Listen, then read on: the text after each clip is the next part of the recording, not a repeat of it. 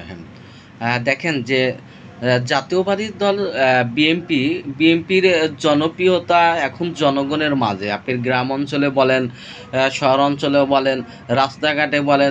দেখেন এই জনপ্রিয়তা জনগণের মাঝে মাঝে ছড়িয়ে যাচ্ছে। এই জনপ্রিয়তাকে ধস নামানোর জন্য এবং জনপ্রিয়তাকে আপনার কুষ্ঠীকৃত করার জন্য কিছু মানুষ বিএনপির বিরুদ্ধে আপনার ষড়যন্ত্র করতেছে। আপনি একটা জিনিস লক্ষ্য করুন যে গত ১ বছরে যত চাঁদাবাজি, হত্যাকাণ্ড, অপরাধ সংঘটিত হয়েছে, এই অপরাধ দমন করার কার দায়িত্ব? প্রশাসনের।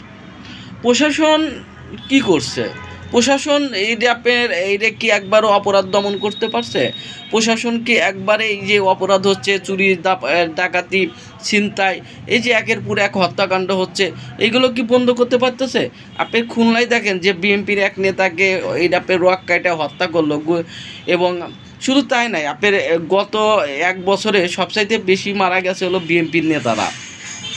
এখন বিএনপির নেতাদেরকে এই যে পরিকল্পনা কেন্দ্র হত্যা করতেছে না, এই যে মিটফ্রেন্ড আপনার কালকে যে মারা গেল গত ৯ তারিখে, এই ৯ তারিখে যে এই ইনিকুল বিএনপি রাজনীতির সাথে জড়িত, এবং যারা মারছে তারা এক সময় এই আওয়ামী লীগ করতো এবং পরবর্তী তারা বিএনপি হয়েছে। যত অপরাধ করতেছে দেখেন, তারা এক সময় আওয়ামী লীগ করতো, এখন তারা বিএনপির নাম দেওয়া দেখা অপরাধ করতেছে। এবং হ্যাঁ, এখানে বিএনপির কিছু লোকের সমর্থন আছে, কারণ বিএনপির কিছু মানুষ এই ছাত্রলীগ, যুবলীগ তাদেরকে আশ্রয় দিছে এবং তাদেরকে আপনার নিজের লাভের জন্য আশ্রয় দিছে।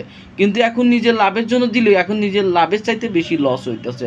যে বিএনপির উচিত ছিল সাধারণ জনগণকে সামনে আনা, কিন্তু বিএনপির কিছু নেতা ছাত্রলীগ, যুবলীগ তাদেরকে সামনে আনতেছে এবং তাদেরকে দলের ভিতর ঢুকাইতেছে। আপনি যদি দেখেন যে মানুষ মারামারি কি করে, আপনার গরিব, এটা সুশীল সমাজ কখনো মারামারি করে?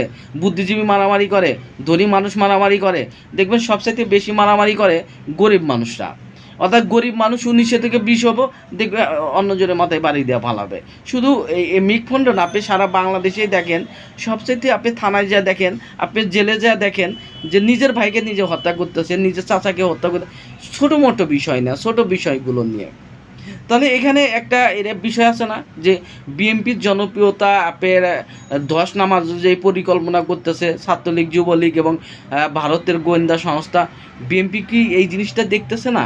বিএনপির নেতাকে এই জিনিসটা বুঝতেছে না যে বিএনপির পিছনে অদৃশ্য শক্তি কাজ করতেছে এবং এই অদৃশ্য শক্তির মোকাবেলা করতেটা কতটা কঠিন হবে বিএনপির জন্য, বিএনপির আসলে এখনও ভাবা উচিত।